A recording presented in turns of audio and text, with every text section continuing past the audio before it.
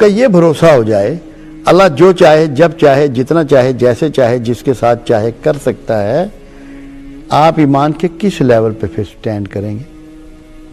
کہاں کھڑے ہوں گے؟ معاشرے میں آپ کتنے بہتر انسان بن جائیں گے؟ تو یہ وہ بنیادی باتیں ہیں. اگر توکل کے ریفرنس سے یہ باتیں ہمارے علم میں آ جائیں اور ہم ان کو سیکھ لیں اور سمجھ لیں تو میں یہ سمجھتا ہوں کہ ہماری تقدیر بدل جائے. اب دیکھیے میں ایک چھوٹی سی بات آپ کو بتاؤں جو میں فیس کرتا ہوں. میرے پاس کم و بیش 125 سے 150 آدمی روز آتا ہے اپنے مسائل کے لیے، جبکہ میں کسی کا مسئلہ حل نہیں کر سکتا. میں آپ کو بہت مزے کی بات ایک سناؤں ڈاکٹر صاحب. ایک شریف کنجائی ہوا کرتے تھے، پاکستان کا بہت بڑا نام. جی شاعر تھے، گجرات سے تعلق. ایک دن وہ اور ان کے 6 ساتھی تھے، وہ سب پی ایچ ڈی تھے اور بڑے قابل لوگ تھے. انہوں نے مجھے کہا کہ ہم نے آپ سے سوالات کرنے ہیں بہت سے. کچھ 6 گھنٹے کی یا 8 گھنٹے کی نشست رہی، بہت سے سوالات ان لوگوں نے کیے. تو شریف کنجائی صاحب مجھے کہنے لگے کہ عرفان صاحب آپ نے ڈیرا بنایا ہوا ہے، لوگ آ رہے ہیں مسائل لے کے، کیا آپ کسی کو کچھ دے سکتے ہیں؟ کیا آپ کسی کو کچھ دے سکتے ہیں؟ میں نے کہا میں تو اپنے لیے تنکا نہیں توڑ سکتا، کسی کو کیا دوں؟ یہ تو میرے اللہ کا کام ہے. میں تو کسی کو کچھ نہیں دے سکتا، دینا تو اللہ کا فنکشن ہے. میں تو اپنے لیے کچھ حاصل نہیں کر سکتا، میری حیثیت ہی کوئی نہیں. تو کہنے لگے پھر یہ سارا گھڑاک آپ نے کیوں پھیلایا ہوا ہے؟ انہوں نے بڑے نیگیٹو طریقے سے مجھے بات کی. پھر کیا ہے یہ؟ میں نے کہا میں آپ کو بتاتا ہوں یہ کیا ہے. میں نے کہا جب بندہ ہمارے پاس اپنا مسئلہ لے کے آتا ہے تو مسئلہ اتنا بڑا ہوتا ہے اور وہ شخص اتنا سا ہوتا ہے، بونا ہو چکا ہے اس مسئلے میں دب کے. میں نے کہا ہم اللہ کے ذکر سے، دعا سے، تھوڑی بہت گفتگو سے، نظر سے، توجہ سے بندے کا سائز پورا کر دیتے ہیں، اس کے اعتماد کو جگا دیتے ہیں، اس کے کانفیڈنس کو ریسٹور کر دیتے ہیں، اللہ پہ اس کا بھروسہ جما دیتے ہیں. وہ مسئلہ خود چھوٹا ہو جاتا ہے اور وہی بندہ اپنے مسئلے کو حل کر لیتا ہے. اور اللہ بھی ہمیں یہی کہتا ہے کہ میرے جو بندے تیرے پاس آئیں تمہارا کام ہے ان کے اعتماد کو بحال کر دینا، ان کی امید کو زندہ کر دینا. اگر آپ کی امید زندہ ہو گئی اور آپ کا یہ یقین آ گیا کہ میرے حالات بدلیں گے، میں بیمار سے صحت مند ہو جاؤں گا، مشکل حالات سے اچھے حالات میں چلا جاؤں گا، تو امید اور توکل جڑے ہوئے ہیں. امید اور توکل جڑے ہوئے ہیں. جب یہ دونوں جڑ جائیں گے دنیا کی کوئی طاقت آپ کو مفلوق الحال نہیں رکھ سکتی. آپ کا کانفیڈنس ریسٹور ہی نہیں ہو سکتا جب تک کہ آپ کا پروردگار عالم پر بھروسہ مستحکم نہ ہو. ہمارے پاس لوگ آتے ہیں، وہ کہتے ہیں جی کسی نے رزق باندھ دیا. میں ان سے یہ کہتا ہوں کہ یہ گلاس ہے، اللہ یہ فیصلہ کرتا ہے کہ میں نے راہ وسلم کو گلاس پہنچانا ہے، اور جادوگر یہ کہتا ہے کہ میں نے یہ گلاس راہ وسلم تک نہیں پہنچنے دینا. تو اگر جادوگر اس میں کامیاب ہوتا ہے تو اتنے کمزور اللہ کا ہم نے کیا کرنا ہے؟ تو کیا ہم اسی کمزور اللہ کو پوچھتے رہیں گے کہ جو اپنے ارادے پہ کامیاب نہیں ہوا، اس کے ارادے کو کیچ کر لیا ایک جادوگر نے؟ میں نے کہا نا، جو اللہ جس کو پہنچانا چاہتا ہے وہ ہر قیمت پہ اسی کو پہنچے گا اور کوئی روکنے والا نہیں ہے. تو جادوگر تو اللہ سے طاقتور نہیں ہے. تو جب وہ طاقتور نہیں ہے تو آپ کا بگاڑ کیا لے گا؟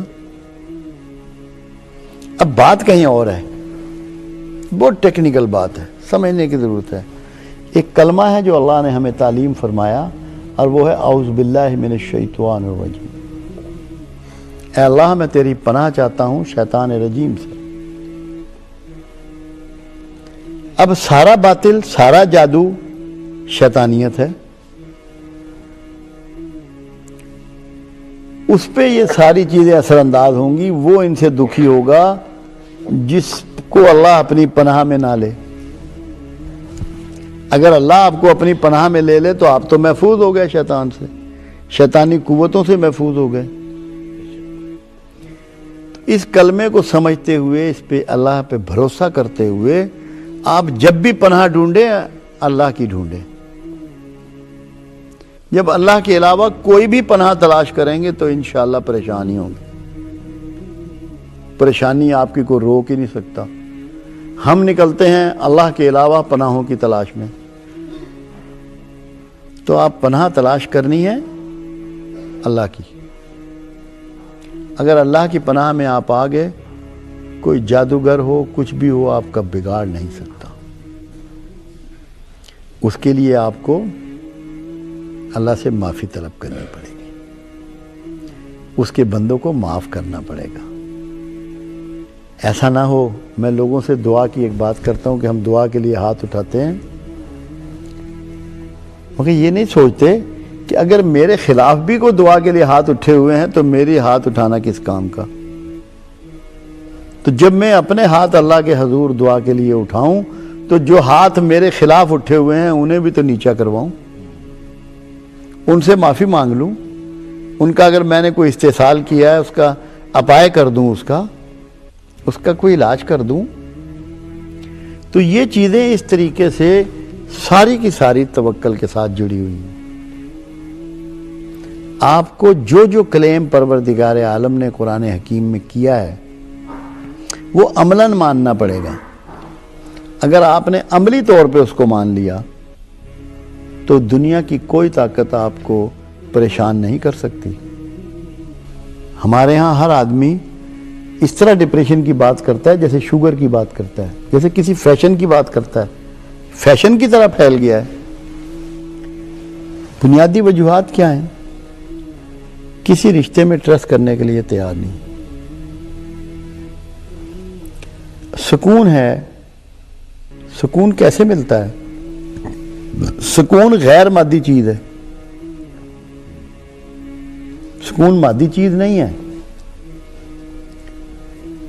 ہماری ساری کوششیں آرام حاصل کرنے کی ہیں کہ اچھا کھانا, اچھی رہائش, اچھا لباس, اچھا دفتر, اچھی دکان, اچھی گاڑی, اچھا بیڈ روم مل جائے. یہ سب آرام کے طریقے ہیں. آرام اور سکون دو متضاد چیزیں ہیں. آرام کا تعلق آپ کے ہارڈ ویئر سے ہے جو باڈی ہے آپ کی, اور سکون کا تعلق سافٹ ویئر سے ہے جو غیر مادی ہے. سکون روح کی غذا ہے, وہ سارا غیر مادی ہے. اس میں ساری ان چیزوں کا دخل ہے جن کا کوئی مادی وجود نہیں ہے.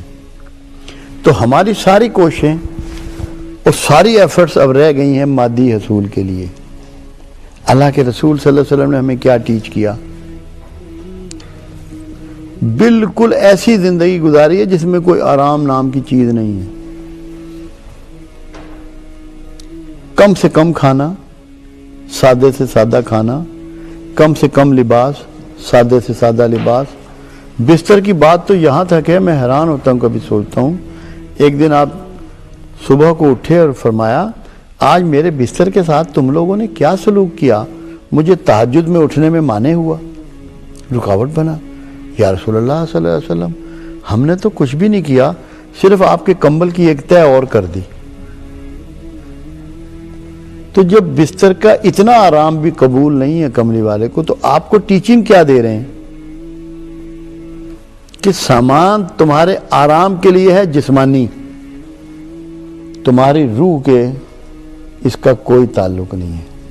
سکون روح کے لیے ہے, سکون لینے سے نہیں دینے سے ملتا ہے. سکون کھانے سے نہیں کھلانے سے ملتا ہے. سکون خدمت کرا کر نہیں خدمت کر کے ملتا ہے. یہ وہ چیزیں ہیں کہ جو ہمیں سیکھنی ہیں تاکہ ہم فرسٹریشن سے اور پریشانیوں سے نکل جائیں.